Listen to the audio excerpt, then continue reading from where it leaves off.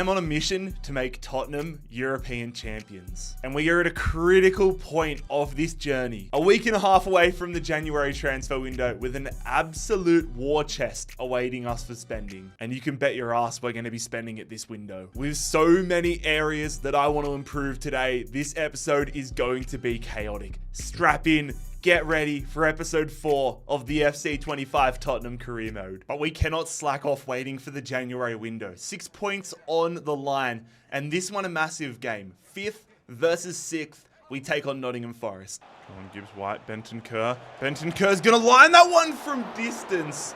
I thought we were a chance there. Williams, get that one away. Why are we? Oh my God, we got so lucky. I was about to question Vicario why he didn't come and punch that one away. But that was a remarkable save. Come on, fellas. We've dominated this first half. We need something to show for it. Kulusevski outside of the boot. I see you, Saar. I see Gibbs White. Gibbs White against his former side. That's a great block. Oh, we've been done for pace there. Sosa with the shot. Vicario with the save. And Jota gets the follow-up. Horrible marking. And Forest take the lead. January can't come soon enough, lads. January cannot come soon enough. One thing I'm discovering with my game, it is so easy to dominate possession, which we did in this game, but it is so much harder to actually create opportunities in the box. We have received a transfer offer here, though, for Archie Gray. I haven't been playing him too much, and honestly, I would look to get him a loan move in January, but I do not want to sell him permanently. I'm rejecting that offer. And you know what? I actually am going to throw him up on the loan list, see if we can get something for him for the back half of the season. Honestly, though, I'm just ready for us to get into the January transfer window. We're going to simulate this game, the final one in 2024, and the final game that we have Kulusevski before he departs to Real Madrid against 20th placed Wolves. Get the result. Please, simulation gods, 4-1. I might just be better off simulating every single game. Son gets a brace, Madison gets a goal, and Johnson finishes it off. We get a 2-year loan offer for Archie Gray from Newcastle United. I'm not sending him to Newcastle United. He would not be a guaranteed starter by any stretch of the imagination. But here we go, ladies and gentlemen. The January transfer window is officially open. Kulusevski goes, but that now means we have £112 million in our bank account. Let's get to business. No, you are kidding me. I feel like we've been playing Timo Werner quite a lot in this save. Timo Werner has been recalled by RB Leipzig. I've enjoyed having him as a backup option. If I have enough money at the back end of the window, I might genuinely look at bringing him back, dependent on how much he's worth. I mean, what's his market value? Timo Werner, 28 years of age, 18 mil. I'm going to shortlist him. I hope we can get him back by the end of the window. Of course, the big goal that we spoke about last episode was to get a new right midfielder in to replace Kulusevski. I've shortlisted a bunch of them here. Some of them realistic, some of them unrealistic. There are a few, like Frimpong's just gone to Leipzig. I'm taking him off. Marcus Edwards. I saw some comments saying it would be a nice homecoming given he played his junior games at Tottenham, but he's just not high enough rated at the moment for us. And Bueno would be a realistic option, but again, not quite high enough. We're getting rid of an 84 rated guy. I don't want to get anybody that is less than 83 or higher, you know what I mean? I don't think we should be taking a backward step or even a sideways step. For me, the two that interested me the most were Rodrigo. Of course, he's now in competition with Kulusevski.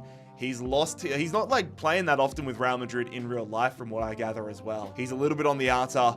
He would be a no-brainer. He would be a massive upgrade, but we would have to pay 119 mil for him, which given the amount of work we want to do, we want to change our formation, it's just not worth it. But the one I want, he's been rumored with a move away from Barcelona in real life. He's been rumored with a move to Tottenham numerous times over the past few years. We know he can get the job done in the Premier League. I want to see if we can bring Rafinha to Tottenham. I will not be paying £78 million for him, though.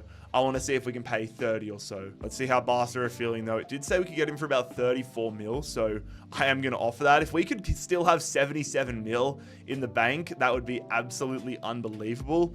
Here we go. They feel like I've wasted their time. All right. We'll wait a little bit, but I want Rafinha. But we're going to get right into work, into signing another key position. I've enjoyed playing the 4-5-1 attacking formation, but we lack attacking midfielders in the squad. So I want to try signing Eberechi Eze as an attacking midfielder to partner up top with James Maddison that said we should pay about £35 million for him. So I am going to Crystal Palace here, seeing if we can get that one over the line. And unlike Barcelona, Palace are actually playing ball. Oliver Glasner accepts that offer. And I say we get right into it. Let's see if we can get Eze into Tottenham colours ahead of our next game here against Newcastle United. Important first team player, that is fine by me. Let's pump him up with a 4-year contract. Perfect, perfect, perfect. No release clause. And now wages, I'm going to offer him an even £100,000. He's currently on 88k a week. That's what he says. He says that is fine, and I don't blame him. We get our first piece of business done here in January. I am absolutely pumped about this one. Eze is going to be so good up top, and I cannot wait to see the impact he makes. And to get him for just £35 million, I'll take that every day. We get a short-term loan offer in here from RB Leipzig for Archie Gray. I wouldn't be opposed to this, but the question is he going to play at Leipzig? What's their midfield stocks looking? He's not going to play. He's not going to play, man. They've already got Arthur Vimeren to deal with. They've got Nicolas Seod. Yeah, I'm not accepting that one. We're only getting offers from big clubs here. Atletico Madrid coming in as well. And now Manchester United. Make it stop. I say we get stuck in here. Let's get Eberechi Eze his first game as a Tottenham man. It's our first game of 2025. It is a matchup in the Premier League here against Newcastle United. We haven't got all of our business done, but I'm excited to see the changes already. But I cannot wait to see how our new 4-5-1 attacking formation starts to play out. Now that we can use it consistently and really get used to it, it showed good signs when I've used it a couple times. Eche, he's playing on the left-hand side. That's just back to front. Johnson, nice overlapping run there. I see Richarlison. That's a great ball. Richarlison barely gets anything on it, though. Anthony Gordon. No good shots. They've laid that one nicely there. Just clear it. No, how have we not cleared that? How have we conceded that? Actually getting the ball out of the box in this game, I swear, is the hardest part of defending. They've gone for the shot there. See Madison. Nice one. I see Heung-min Son. Heung-min Son, that's brilliant. Sonny, it's a heavy touch, but he absolutely lashes that. What a rocket of a finish by our captain at the near post. Nick Pope stood no chance. Foster's pumped, Fraser Foster's pumped, and we're tied up. Good footy this, we're looking good. Richarlison, put that one out to Heung-min Son, that's well done. Heung-min Son, heavy touch, fakes out the defender, what a save, Nick Pope. I thought for sure Son was going to have himself a brace, cut in beautifully there, hits the finesse, that is an incredible save. Got the corner though. Madison already got an assist, puts that one to Mickey van de Ven. What was that deflection? Oh my God. We're knackered, bro. Porro was too high up. Gordon's just skinned everybody. My God. What is... He's dinked us.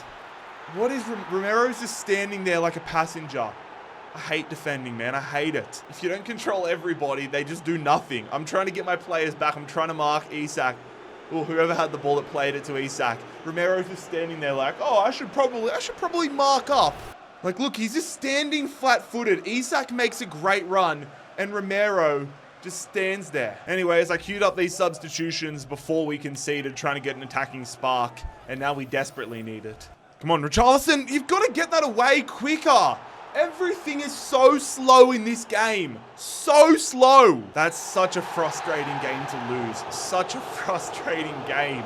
We looked a million times better today. Once the first patch of this game comes out, I think it's going to be a great game. But EA need to do something about how slow every aspect of the game is. The menus are slow. The gameplay is slow.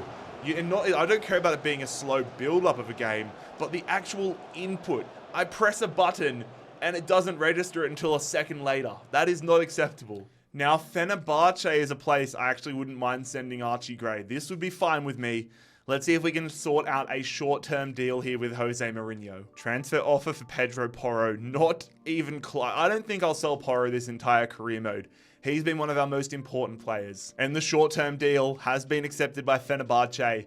Now it is down for the player and the club to sort out personal terms. Benfica want to sign Richarlison for £30 million.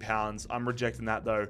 I enjoy using him a lot more than I enjoy using Dominic Solanke. We can finally go back in for Rafinha though. They're saying 37 mil is probably our best offer right now, so let's go and see if we can do it this time. If we can't, then I'll move on. Let's see if Barca actually want to negotiate this time and not just walk out of the bloody room. I'm going to say 37 million for the Brazilian. Let's see if he can come to Tottenham. They want Sa. You're not getting Sa, mate. Just take what you're given and accept the 37 mil. Perfect. That's how you do it, buddy. That's how you do it. I want Rafinha in. I want to get it over the line here. Getting straight in. Those ice cubes look like sugar cubes, but crucial first team player. Give him a 3-year contract here. No release clause. Perfect. The wages, he wants a lot in terms of bonuses. I don't know if I want to give him that because we need as much as we can to sign other players. How about we go with this? 145k a week.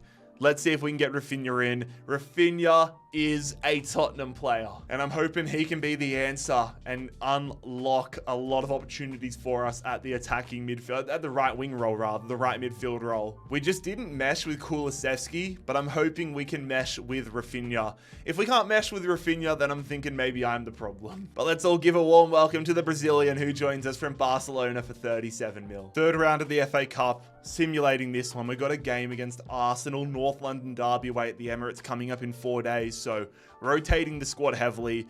Getting Eze in there, want to get his sharpness up. Rafinha on the bench. Can we continue our run in the cup? We lose it on penalties.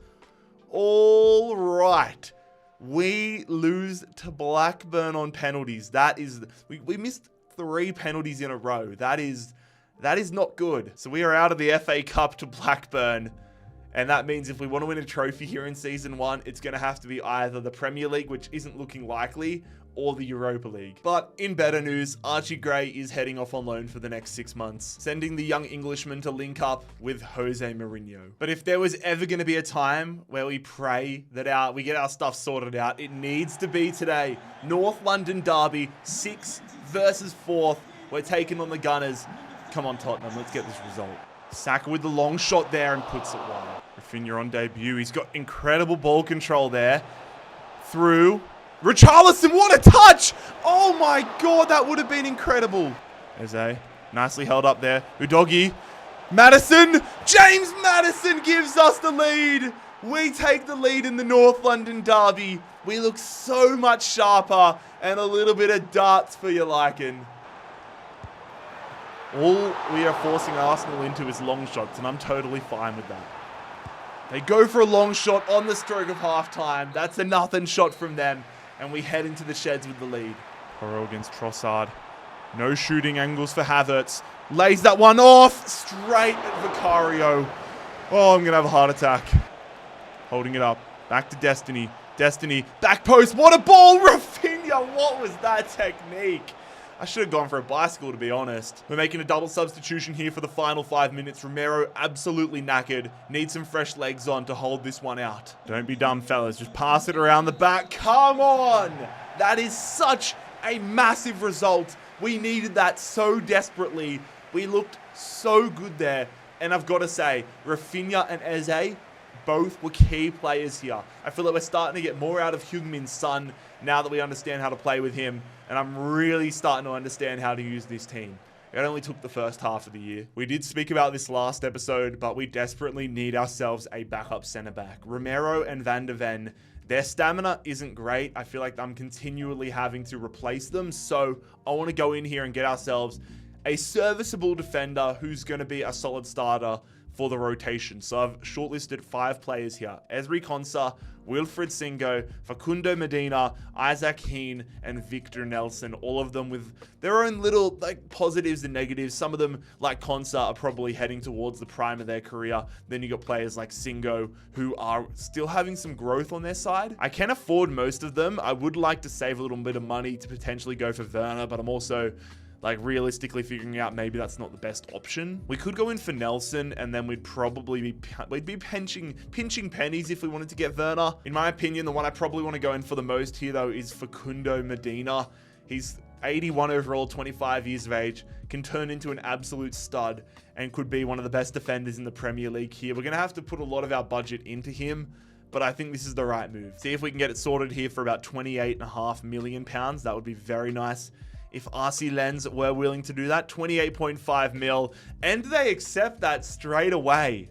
All right, let's see if we can get Medina into the rotation ahead of our next Premier League game. I can just feel the tide shifting right now. Get Medina over the line and I'll be feeling really good. I actually don't mind having to offer him the important squad role because I feel like we are rotating as much as it is right now that he probably will end up fulfilling a lot of those goals. 5-year deal, no release clause. Release clause are the devil. Salary wise, I'm going to offer him 70,000. It's a big bump up on what he's getting paid now, but it's pretty standard for the Premier League, I feel like, at least in an FC standpoint. And yeah, that's not even enough for them. They want the 550k signing bonus. I'll just accept it. We're probably not going to make any more signings unless something drastic happens. So Facundo Medina is our next signing. Starting to really build out the meat and potatoes of this side. I'm very excited with the direction we're heading in with Tottenham. And it's probably a good thing we picked him up because we're going to have to put him straight into the starting lineup.